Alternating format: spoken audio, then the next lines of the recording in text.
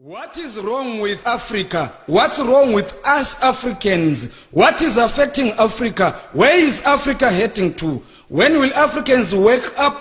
What's hindering African unity, prosperity and progress? Why are we allowing our culture to be detected, distorted and ruined? Why are we allowing our brains to be stolen? Why are we misinformed, miseducated or misled by propaganda? Where is egalitarianism in Africa for Africans? It's only because we are on self-mental quarantine.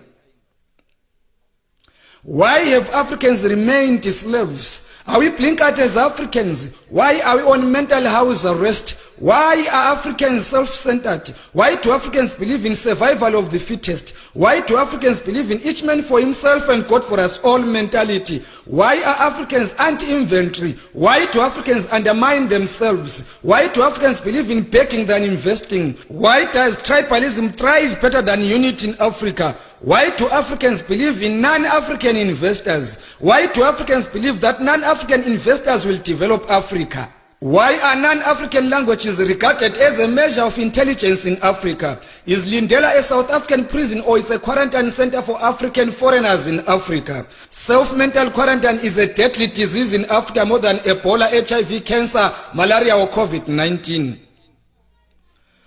Our dress code is non-African. Our food is non-African. We have abandoned our natural hair for artificial fiber. They call it hair. We bleach our skin to resemble non-Africans. We have abandoned our culture for non-African culture. We have been made to believe that our religion is witchcraft. Our history is determined somewhere by someone outside Africa. Our future in Africa is in limbo. We have meant to believe in violence more than engagement. We Africans believe in corruption, fraud in the name of connection, not hard working. We are on self-imposed house arrest.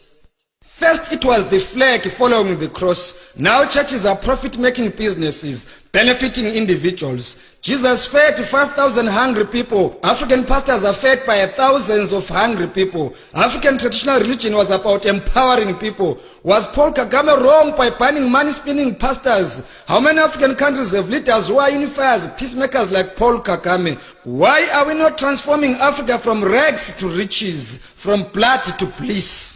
Why are we on self-imposed house arrest, quarantined in our own mentality? How many Africans are in FIFA executive? How many African countries have hosted FIFA World Cup? How justified is the proportional representation of African teams in FIFA World Cup? Why was JJ Okocha not voted among the best footballers in the world? Why was Didier Drogba denied FIFA Ballon d'Or gong? Didn't Samuel Eto'o deserve to be an outstanding winner of FIFA Ballon d'Or? Why are South Africa's Benny McCarthy and Quinton Fortune not honored in South Africa for their Champions League triumph? Why is Peter Nsukuzonke Ndlovu not honored in Zimbabwe and Africa at large for his EPL record? What failed Sadio Mane to win FIFA Best Footballer Award after winning Champions League, UEFA Super Cup and Club World Cup? Why was Yaya Toure not the best midfielder during his prime time? Why does CAF give Best African Footballer Award to players playing outside Africa? How many arrests were made when Salim Muntari was racially abused at a fully packed stadium in Italy? What comes to African leaders' minds when seeing European footballers of African descent? Are we really good for nothing as Africans? Are we on self-imposed house arrest? Are we on self-mental quarantine? Why are Africans indebted to their former colonial masters? Why are Africans depositing revenues to their former colonial masters? Why do you compensate colonizers for their land they looted from us? When will Africa's looted resources be compensated? When will slave trade be compensated? When will be sanctions against African countries be removed? Why are blacks treated as an inferior race? Why was George Floyd brutally murdered? How many blacks have been racially and brutally murdered? We fought for independence, but we remain politically, economically, religiously, educational and spiritually slaves. Oh, Africa, my beautiful motherland. Why was Thomas Sankara assassinated? Was his killer brought to book? Why was Chris Hani assassinated? Why was his murderer released?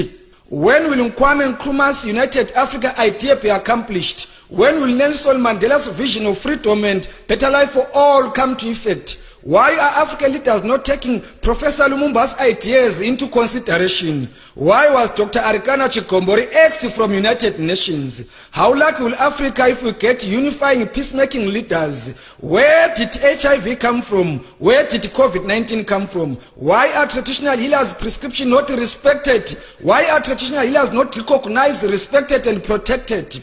Why are money spinning pastors praised? Why do Africans need non-Africans' approval and validation for their own homemade vaccine? How many African countries begged Madagascar for their COVID-19 vaccine?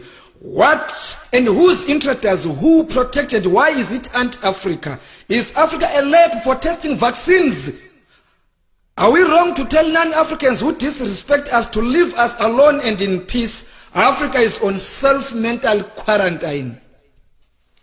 Fellow Africans, I plead before you all, let's urgently evacuate from self-hate and embark on unity of one Africa, one goal, one government, one vision, one mission, one currency, one common language, free movement of goods and people in Africa, a borderless continent for the biblical Canaan. Surely Africa will be a land of milk and honey one day. My poetry is an earthquake to all Africans. My poetry is alarming to all Africans. My poetry is a wake-up call to all Africans. My poetry is anti-African mental slavery. My poetry is an African weapon against imperialism. My poetry is perfect, proper, professional and pure. I don't rant but I call a spade a spade. I don't provoke but I am vocal and visionary. I am not a warmonger but I am a peacemaker. I am not a politician but an African patriotic poet. I am a Pan-African ambassador through poetry. I am the voice of Africa. I am Opet Dube, proudly African, proudly black, proudly Zimbabwean from Lupane.